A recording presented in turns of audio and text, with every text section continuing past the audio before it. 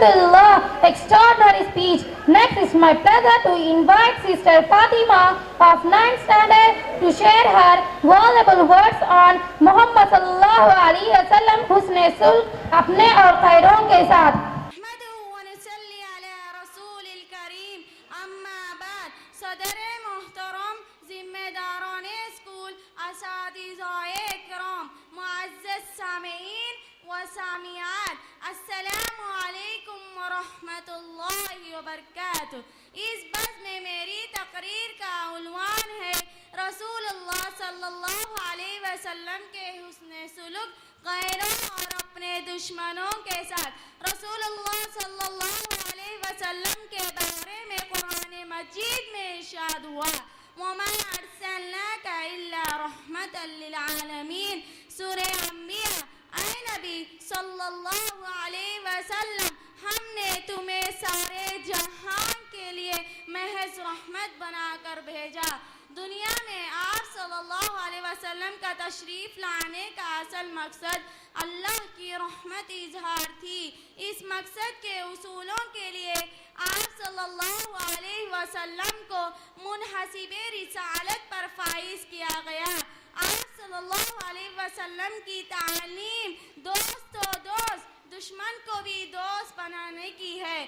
رسول اللہ صلی اللہ علیہ وسلم دین حق سے یاسکا طور پر سارے عالم کو روشناش کرانے کی کوشش فرمائی۔ آپ صلی اللہ علیہ وسلم کمزور اور بے خصوصوں کو اوپر اٹھایا، مسلم عورتوں کو عزت بخشی اور ان کے حقوق پاس و لحاظ رکھنے کی تاکید فرمائی۔ زندگی کے تمام ہی شعبے میں آپ صلی اللہ علیہ وسلم رہنمائی فرمائی۔ ہر چیز عادل و انصاف اور رحمت کا پہلو نمائی دکھائی دیتا ہے۔ جب ہم آپ صلی اللہ علیہ وسلم کا زندگی کا مطالعہ کریں تو جس خاص بات کا انکشاف ہوتا ہے وہ ہے کہ آپ صلی اللہ علیہ وسلم کبھی بھی ان سے بڑے دشمن سے بھی ذاتی انتقام نہیں لیا۔ نبوت کے اعلان کے بعد آپ صلی اللہ علیہ وسلم کے مخالفوں نے آپ صلی اللہ علیہ وسلم اور آپ صلی اللہ علیہ وسلم کے ساتھ جو ظالمانہ سلوک کیا تھا وہ تاریخ صفحات میں درج ہے۔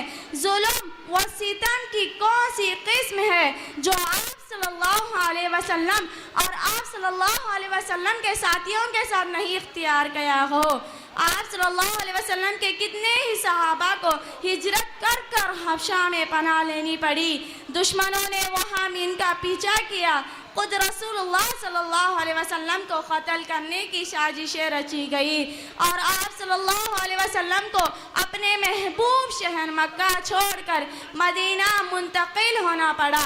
فتح مکہ کے موقع پر آپ صلی اللہ علیہ وسلم کے اخلاق کریمہ دیکھو۔ آپ صلی اللہ علیہ وسلم کے دشمن آپ صلی اللہ علیہ وسلم کے قبضے میں تھے، وہ لرزا وہ ترسا تھے، جانے ان کے ساتھ کیا سلوک کیا جائے گا۔ آپ صلی اللہ علیہ وسلم اعلان فرمایا لا تصرب علیکم اليوم اذهبوا فانتم طلقاء، آج تم پر کوئی ملامت نہیں، جاؤ تم سب آزاد ہو جاؤ۔ سلام اس پر کے دشمنوں کو حیات جاویدہ دے دی، سلام اس پر ابو سفیان کو جس نے اما دے دی، سلام اس پر کے اسرار محبت کو سمجھایا، سلام اس پر جس نے زخم کھا کر پھول برسائے، سلام اس پر جس کے گھر میں نہ چاندی تھا نہ سونا تھا، سلام اس پر ٹوٹا بوریا جس کا بچھونا تھا۔ صلح حدیبیہ کے زمانے میں حضرت آسماء رضی اللہ عنہ کو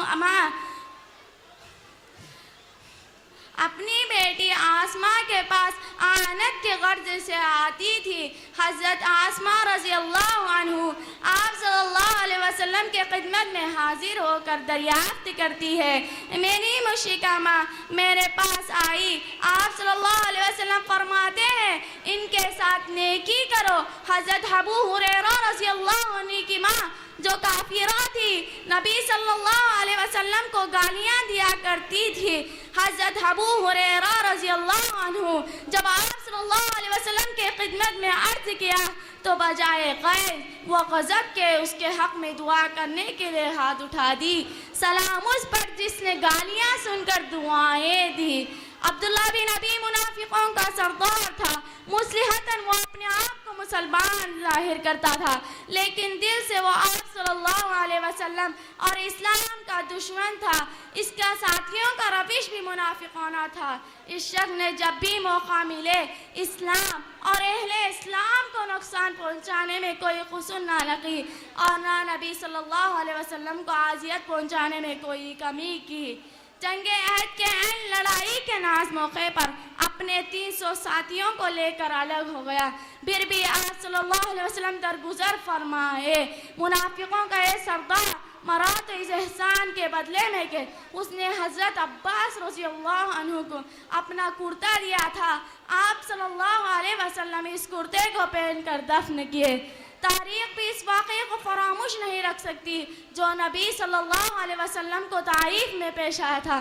نبی صلی اللہ علیہ وسلم طائف تشریف لے گئے، وہاں کے لوگ نہایت بد اخلاقی کا مظاہرہ کیا، لڑکوں کو آپ صلی اللہ علیہ وسلم کے پیچھے ستانے کے غرض سے لگا دیا۔ آپ صلی اللہ علیہ وسلم پر پتھر کی بارش کی گئی، جس کے وجہ سے آپ صلی اللہ علیہ وسلم کا جسم لہو آہن ہو گیا۔ پھر بھی آپ صلی اللہ علیہ وسلم طائف والوں کے حق میں بد دعا نہیں کی۔ آپ صلی اللہ علیہ وسلم سمجھتے تھے آج یہ لوگ اللہ کے رسول کو نہیں پہچان رہے ہیں، کل ان کے اولاد ایمان لا سکتے ہیں۔ حضرت طفیل بن عمرو رضی اللہ عنہ آپ صلی اللہ علیہ وسلم کے خدمت میں حاضر ہوئے اور عرض کیا کہ یہ قبیلے دوست نافرمانی کی اور حق کو ماننے سے انکار کر دیا۔ آپ صلی اللہ علیہ وسلم ان کے حق میں بد دعا کیجئے، لیکن آپ صلی اللہ علیہ وسلم طائف والوں کے حق میں بد دعا نہیں کی۔ آپ صلی اللہ علیہ وسلم کی زبان مبارک سے ادا ہوئی تو یہ کلمات اللہم اہدنی دوسا وآتنی بہ، اے اللہ دوست کو ہدایت دے دے اور ان کے پاس لا دے۔ اس چند مثالیں اس بات کو جاننے کے لیے کافی ہے کہ آپ صلی اللہ علیہ وسلم کا طرز عمل غیروں اور اپنے دشمنوں کے ساتھ کیسا رہا۔